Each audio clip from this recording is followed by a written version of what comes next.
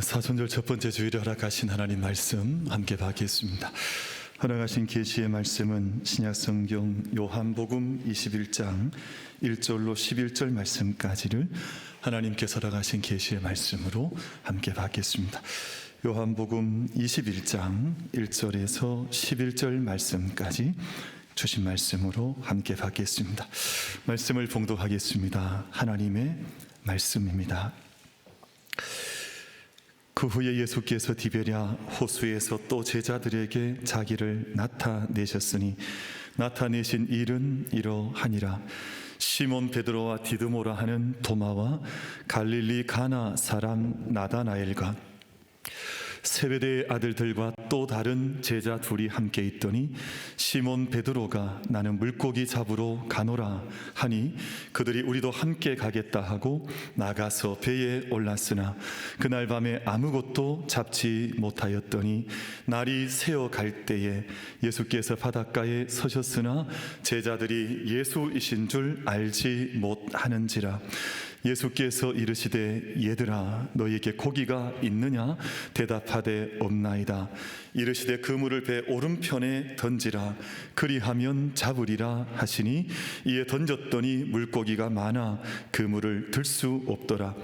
예수께서 사랑하시는 그 제자가 베드로에게 이르되 주님이시라 하니 시몬 베드로가 벗고 있다가 주님이라 하는 말을 듣고 겉옷을 두른 후에 바다로 뛰어내리더라.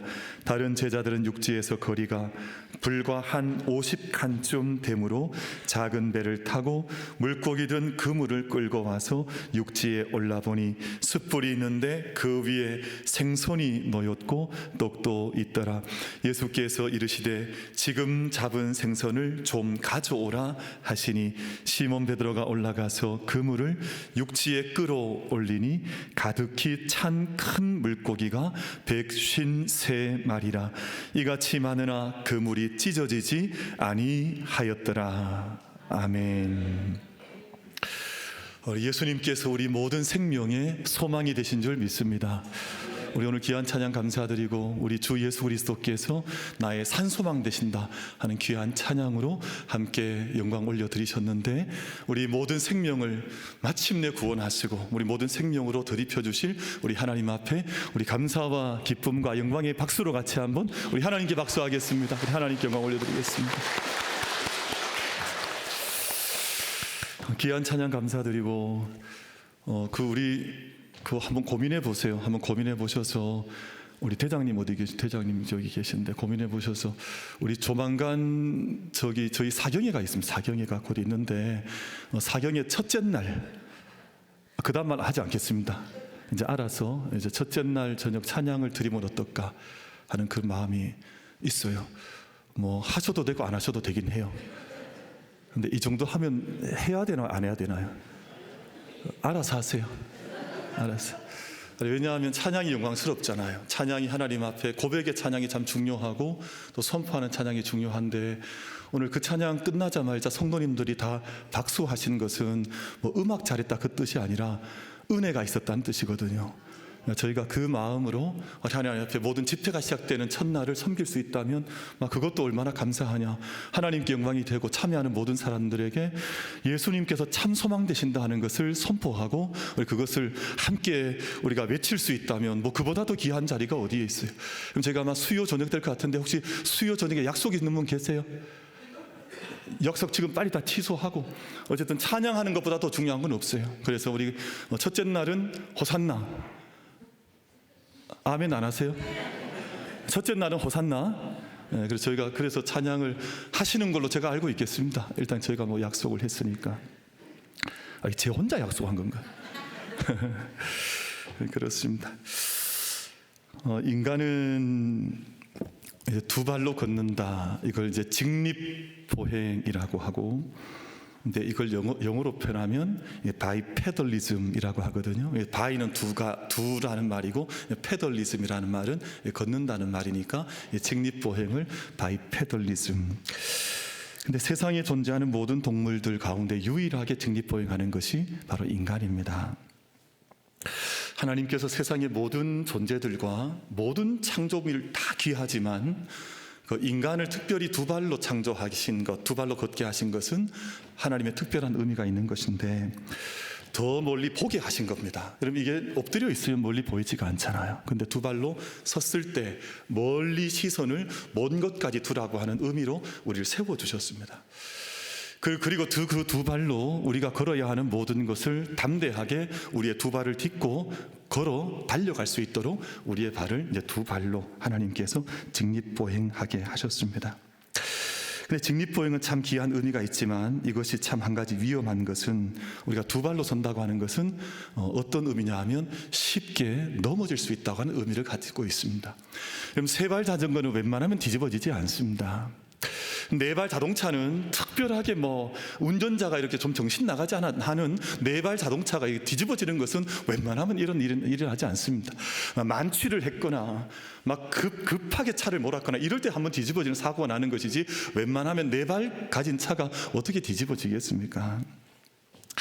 근데 문제는 두 발 자전거는 쉽게 넘어지고 두 발로 서는 우리도 쉽게 넘어질 수 있다는 겁니다. 이게 두 발을 가진 존재에게 주는 하나님의 워닝, 하나님의 경고하심이라고 묵상할 수 있겠습니다. 그럼 저희가 이제 아이들이 이제 태어난 지 한 1년 정도 가까이 갈 때 일어서서 걷기를 시작하거든요. 걸음마, 소위 말하는 이제 잡고 일어서서 이제 한 발자씩 이렇게 떼기를 시작하는데 그렇게 해서 이제 걸음마를 연습하는데 얼마 정도 넘어지냐 제가 찾아봤더니 그럼 얼마나 넘어질까? 아이들이 정상적으로 이제 걸을 때까지 얼마 정도 넘어지면 아이들이 훈련을 하면 걷기 시작할까요? 얼마 정도 걸으면 될 것 같습니다. 얼마 정도? 3,000번 정도, 3만 번 정도. 부부 의견이 틀리세요. 지금 우리 송 권사님은 한 3,000번, 우리 김 장로님 한 3만 번. 원래 부부 의견이 이렇게 달라도 괜찮은 건가요? 어쨌든 근데 답이 있습니다. 권사님 역시 이럴 때는 여성 말이 맞는 것 같아요. 한 2,000번에서 한 3,000번 정도 넘어진대요. 아마 장모님 많이 넘어지셨던 것 같아요. 그래서 남들보다 이게 많이 넘어지면서 이제 온전히 걷기를 시작한다는 겁니다. 근데 넘어지는 것이 다 나쁘냐? 그렇지 않습니다. 넘어지고 일어나다가 이 균형 감각을 그때 익혀가는 거예요. 그때 이제 근육의 힘도 이제 넘어졌다가 일어나면서 우리 모든 근육의 힘들도 아이들이 그 작은 몸짓으로 그 근육과 균형 감각을 이제 아이들이 익혀가는 겁니다. 그래서 저희는 이 시간 예배하는 저희 모두가 얼마나 위대한 존재냐 하면 저희가 3,000번 넘어졌던 사람인데 몇 번 일어났습니까? 우리가 다 3,000번 일어났던 사람들이에요. 그러니까 이게 우리가 일이 존재한다는 것, 걷는다는 것, 얼마나 위대한 일이냐 하는 것을 우리가 생각해 볼 수가 있습니다. 이제 밀라노 올림픽, 동계 올림픽이 끝이 나가고 있는데 이제 어제였죠. 그 스피드 스케이팅 숏트랙에서 이제 여자 1,500m 결선에서 우리 한국 선수가 금메달과 은메달을 차지했어요. 야, 한국 여자들은 독한 것 같아요. 보통이 아닙니다. 이게 막 금메달, 은메달을 그 막 큰 기세 있는 미국 선수를 양쪽에서 막 따라잡으면서 인코스, 아웃코스로 해서 마지막 두세 바퀴 남겨둬서 이제 추월을 해서 금메달과 은메달을 땄거든요. 참 이 묘미 있는 참 귀한 경기인데 이분들이 달릴 때 속도가 50km가 넘는다 그래요. 얼마나 빠른 속도입니까? 50km를 달리면서 그 코너링을 한다는 게 정말 참 신기에 가까운 그런 기술로 그 달리는 거거든요. TV로 볼 때는 그냥 달리는가 싶다 하지만 실제로 보면 이게 어마어마한 속도로 그 위태한 것을 견디면서 코너링을 하는 것이거든요. 넘어질 위험이 늘 도사리고 있습니다. 그럼 이번에 이제 금메달을 따서 이제 주목을 받고 있는 한 어린 선수가 있는데 어저께 금메달 딴 그 선수입니다. 이름이 람보르길리라 그래요. 정말 얼마나 빠르면 여러분 이탈리아에서 만든 위대한 차가 람보르기니잖아요. 그래서 그 순간 속도가 막 순간 100km, 200km 올라간다 그러거든요. 그래 그 별명을 얻어서 정말 달린다 하는 그런 선수인데 많이 넘어졌습니다. 작년 그 중국에서 있었던 아시안 게임 할 때도 마지막 그 넘어졌었거든요. 근데 이번에도 마찬가지 혼성 2,000m 달릴 때에도 그 미국 선수와 함께 부딪혀서 또 넘어지는. 그러니까 한 번 승리한다는 것이 승리하니까 그 승리에 주목하지만 그 한 번의 승리를 위해서 얼마나 많이 넘어져야 그 한 번의 승리를 향해서 가까이 다가가는 것이겠습니까? 지난 마지막 이제 한 번 더 이제 승리했던 지난 계주 3000m 마지막 코너에서 양손을 빙판에 대고 균형을 잡으려고 온몸으로 코너를 돌았습니다. 그래서 넘어져도 다시 일어나는. 그래서 저때 얼마나 속도가 빨랐으면 지금 네 발로 저 손을 딛고 내가 여기는 넘어지지 않으리라. 그래서 이번에 별명을 얻었는데, 넘어져도 또 일어선 람보르길리, 뭐 이런 별명을 하나 얻었어요. 넘어지고 또 일어나고, 넘어지고 또 일어나고. 그럼 저희는 넘어지는 존재, 넘어지는 것 자체가 나쁜 것은 아니나 그 넘어지는 과정에서 넘어져 있는 것이 아니라 다시금 넘어지지 않기 위해서 다시금 일어날 수 있는 용기, 그 믿음의 자세, 그 정신, 그 하나님 앞에 향한 고백을 가지고 있느냐 하는 것이 중요한데, 넘어져도 다시금 일어나는 것입니다. 그럼 스포츠라는 세계가 참 재미있기도 하지만 저는 교훈이 있다고 생각을 해요. 마라톤을 해도 그렇고 뭐 축구를 해도 그렇고. 근데 이런 경기를 한 가지 주는 중요한 교훈이 뭐냐 하면, 다시 일어설, 다시 시작할 용기를 당신은 가지고 있습니다. 많은 사람들이 이제 월요일을 글루미한 날이라 그러잖아요. 월요일 되면 우울증에 빠져버리고 내가 이 날을 다시 시작할 수 있을까? 여러분, 아이들이 개학을 해야 되는데 내가 이 개학을 할 그 마음을 나는 어떻게 가지고 있을까? 다시 저 학교를 가야 되냐? 내가 다시 저 선생님 만나야 되냐? 내가 우리 친구들과 다시 만나야 되냐? 그럼 사람들이 얼마나 많은 디스페어, 절망, 얼마나 많은 마음의 어두움들, 이것들을 가지면서 나는 마치 다시 낯설 수 없을 것 같은 마음들을 얼마나 가지는지 몰라요. 근데 저런 장면들을 보면 우리는 내가 선 자리에서 어떤 다시금 일어설 수 있는 용기를, 그 courage to be, 존재하는 용기를 나는 가질 수 있겠느냐 하는 것을 질문하는 것입니다. 오늘 그 찬양이 너무 감사한데요, 오늘 다시 사신 주님, 그 유다의 사자, 그 포효, 이 말씀의 의미는 모든 죽음의 권세를 이기시고 다시 일어서신 부활의 주님을 고백한 것이거든요. 우리 주님 부활하셨고 우리 그 부활의 주님에 대한 믿음을 고백하면서 우리 생명은 부활의 고백 속에 살아갈 뿐만 아니라 마침내 우리는 영원한 다시 일어섬, 영원한 부활의 생명의 그 고백 속에, 은혜 속에 우리가 설 것이라고 하는 산 소망, 생명의 속에 한 소망을 고백하고 노래했기 때문에 우리 모두의 마음속에 감동과 기쁨과 약속이 임한 것이거든요. 우리 만민의 모든 사랑하는 성도님들, 예수님의 부활 사건, 우리의 부활 신앙, 부활의 정신이 우리 모든 믿음의 성도님들의 심장 속에 고동칠 수 있는 은혜가 우리 모두에게 임할 수 있게 되기를 주님의 이름으로 축복합니다. 제가 가지고 있는 믿음의 고백이 부활 신앙, 부활의 고백, 부활의 정신으로 이 땅의 믿음의 삶을 함께 걸어 나아가는 것입니다. 여러분, 오늘 저희가 본문 말씀 보면 7명의 제자들이 등장을 하는데, 저희가 7명의 제자들의 모습을 통해서 오늘 본문에 예수님 만나는, 부활 주님 만나는 사건인데, 이 모습 속에서 그 믿음의 길을 제가 함께 배워가게 됩니다. 여러분, 오늘 요한복음 마지막 장 21장에서 제자들이 갈릴리 디베라 바닷가에서 다시 사신 주님을 다시 만나거든요. 이 얼마나 귀한 말씀이에요. 다시 사신 주님을 다시 만나서 다시금 믿음의 길을 출발하는 장면이 요한복음 21장 오늘 마지막 장면의 말씀으로 기록이 되어져 있습니다. 예수님께서 제자들에게 십자가의 죽음 가르치실 때, 내가 살아나면 너희보다 내가 먼저 갈릴리로 가리라, 그 말씀을 하셨습니다. 예수님 부활하셨을 때 처음 예수님 만났던 여인들에게 천사들이 나타나서 했던 말도, 너희 제자들에게, 지금 베드로와 제자들에게 가서 너희보다 먼저 예수님께서 갈릴리로 가시니까 너희도 갈릴리로 가 있으라, 그 부탁을 이제 예수님, 그 천사들이 여인들에게 하게 되거든요. 마가복음 16장 7절 말씀인데 이렇게 기록이 되어져 있습니다. 가서 그의 제자들과 베드로에게 이르기를, 예수께서 너희보다 먼저 갈릴리로 가시나니 전에 너희에게 말씀하신 대로 너희가 거기서 배우리라 하라 하는지라. 이것이 약속의 말씀이었습니다. 내가 너희보다 갈릴리로 먼저 가 있을 터이니까 내가 너희와 갈릴리에서 만나기를 원한다. 이것이 예수님의 마음, 예수님의 뜻이었습니다. 예수님께서 부활 이후에 갈릴리에서 제자들을 만나기 원하셨습니다. 갈릴리가 어떤 땅일까요? 가능하면 가고 싶지 않은 곳, 웬만하면 나는 그 자리 가능하면 좀 멀찍이 떨어져 있고 싶은 곳. 이제 2부 예배 때 우리 아이들이 올라오겠습니다만, 개학해야 하는데 아이들이 그 발걸음이 어떨까요? 저는 잘 모르겠습니다만, 뭐 제 옛날 생각을 해보면 막 개학하기 이제 다가오는 그 한 일주일 정도 두면 막 가슴이 두근두근거리는 것 같아요. 이게 좋아서 두근거리는 게 아니라 저 학교를 어떻게 가야 되냐, 막 이런 마음들이 많이 있지 않았던가요? 여러분, 갈릴리라고 하는 것은 어찌 보면 그런 땅인지도 몰라요. 내가 정말 가기 싫은 곳, 내가 할 수 없는 것, 내가 다시 설 수 있을까? 내가 정말 내 마음속에 물음표가 던져지는 바로 그것이 갈릴리인데, 예수님께서는 부활하신 이후에 다시 그 땅에서 내가 너희들을 만나기 원한다. 주님께서는 그 말씀을 통해서 제자들을 갈릴리에서 다시 만나자, 그 말씀을 부어주신 겁니다. 그렇기 때문에 갈릴리라고 하는 것은 새로운 사건이 시작되어야만 한 바로 그 자리, 내게 새로운 사명을 부어주시면서 내가 내 뜻이 아니라 내가 가야 하는 곳이라면 내가 다시금 그 자리에서 출발해야 하는, 다시금 내가 출발선에 서야 하는 바로 그 자리를 오늘 말씀에서는 갈릴리라는 말씀으로 우리 가운데 가르쳐 주시고 있습니다.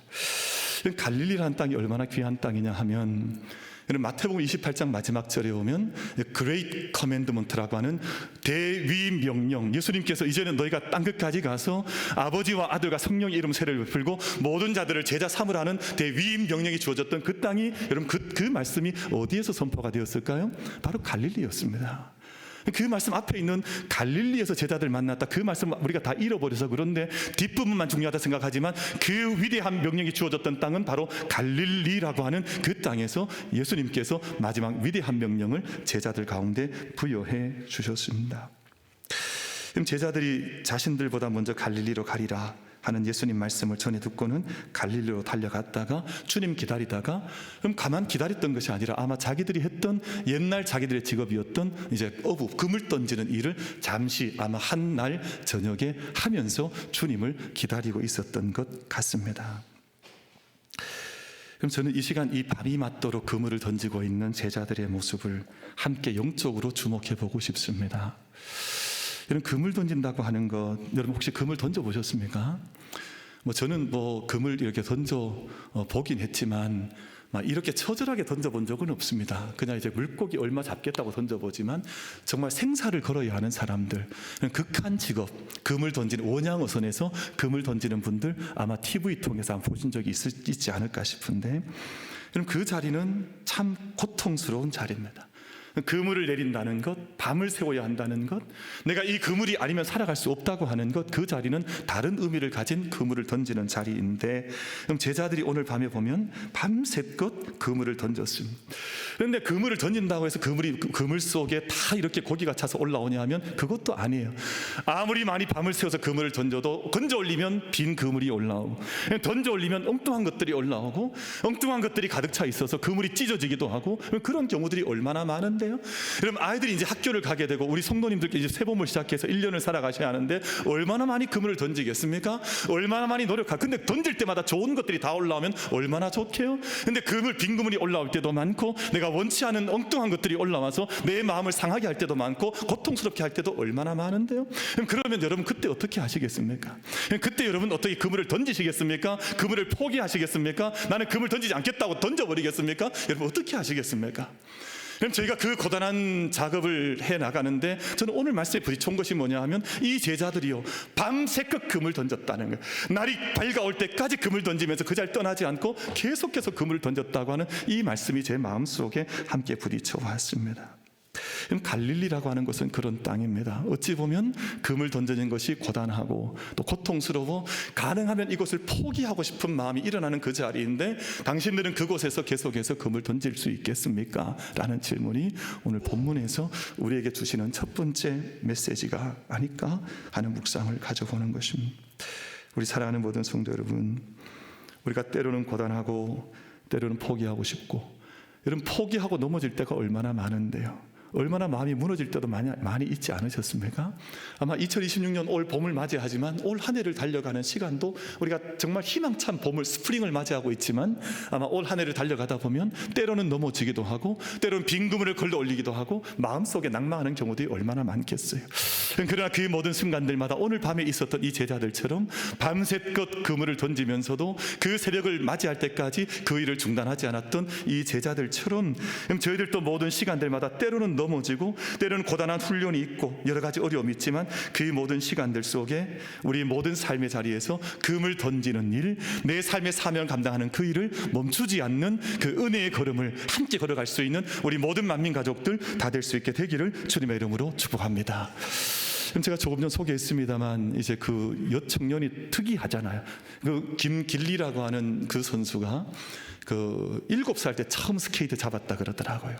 참 신기하죠. 이 7살 때 왜 스케이트를 구경했냐 하면 엄마의 친구 딸이 피겨를 한다 그래서 구경 갔다가 이 친구가 너무너무 자기도 이게 하고 싶은 거예요.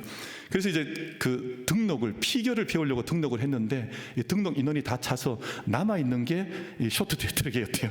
그러니까 실수로 쇼트트랙을 시작을 했는데 7살짜리가 지금 2004년생, 그러니까 이제 뭐 이렇게 우리나라 나이로 21살, 2살 정도 되는 것 같아요. 근데 이 스케이트 하면서, 여러분 스케이트 하면서 하루에 12시간 스케이트 탔답니다. 하루에 12시간. 훈련 다 끝내고 나면 자기가 탔던 모습들 다시 비디오로 녹화해서 다시 보면서 그걸 바라보면서 지금까지 훈련했다 그러거든. 우리 마지막 금메달 딴 것만 좋아하지만 그 고단했던 과정들, 밤새 금을 내렸던 그 시간들, 그건 우리에게 소중하지 않다고 생각할 때가 많지만 우리 금메달 목적이 아니라 그 안에 가져왔던 그 과정, 그 금을 던졌던 시간들, 이 모든 시간들 속에서 우리는 우리의 삶에서 이 한 해도 어떤 금을 내가 주님 앞에 던져야 될까를 함께 묵상하면서, 함께 마음에 간음을 하면서 믿음의 걸음을 함께 걸어가 볼 수 있는 우리 모두가 다 될 수 있게 되기를 주님의 이름으로 축복합니다. 이것이 갈릴리에서 이루어졌던 한 모습이었었는데, 그럼 동틀 때까지 금을 던져도 아무것도 나오지 않으면 이제는 끝이구나, 이제는 포기하자, 이제 모든 것이 끝난 것 같은 새벽을 맞이하고 있었지 않았을까요? 참 저는 이 말 참 고맙게 생각하는데, 끝날 때까지 끝난 것이 아니다. 그럼 4절 말씀 보면 날이 새어갈 때에, 이제 끝나간다 그 말이거든요. 끝나가는 그때에 예수께서 바닷가에 서셨으나 제자들이 예수이신 줄 알지 못하는지라. 예수님께서 제자들에게 찾아오셨다. 밤새껏 금을 던지고 있던 제자들을 예수님께서 보셨다 하는 뜻입니다. 여러분, 예수님께서 밤새 제자들이 금을 던질 때 그러면 그곳에 안 계셨더냐? 제가 한번 여쭤보고 싶은데, 저는 이 말씀을 수없이 읽은 말씀이니까 한번 여쭤볼게요. 이 제자들이 막 금을 던지다가 막 다 지쳐 막 죽어갈 때, 이제는 막 금을 포기하자, 금을 바닥에 던져 넣어버리고 포기하고 돌아가자 한때 주님이 거기 계셨습니까? 아니면 밤새 금을 던지고 수고하고 그들이 그 노력할 때 주님이 거기에 함께 계셨습니까? 여러분, 1번일 것 같아요? 2번일 것 같아요? 많은 사람들은 이 말씀을 1번이라고 생각해요. 막 그냥 던져 놓았다가 제자들 이제 다 죽어갈 때 그때 가서 이제 건져주시는, 어찌 좀 이상한.